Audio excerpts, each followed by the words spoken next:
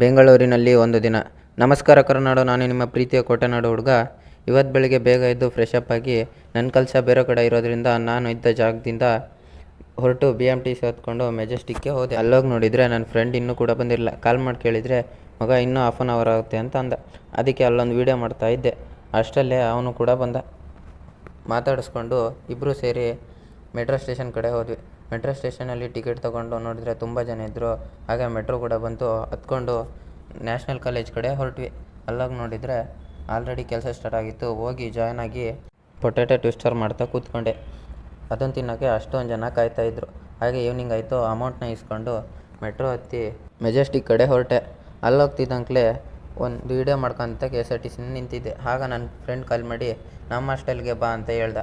ಅದಕ್ಕೆ BMTC ಹತ್ಕೊಂಡು ಕೆಂಪೇಗೌಡರಿಗೆ hi ಹೇಳಿ ಹಾಗೆ ಅವ್ರ ಹಾಸ್ಟೆಲ್ ಕಡೆ ಹೋಗಿ ಊಟ ಮಾಡಿಕೊಂಡು ಮಲ್ಕೊಂಡೆ. ಓಕೆ, ಬಾಯ್.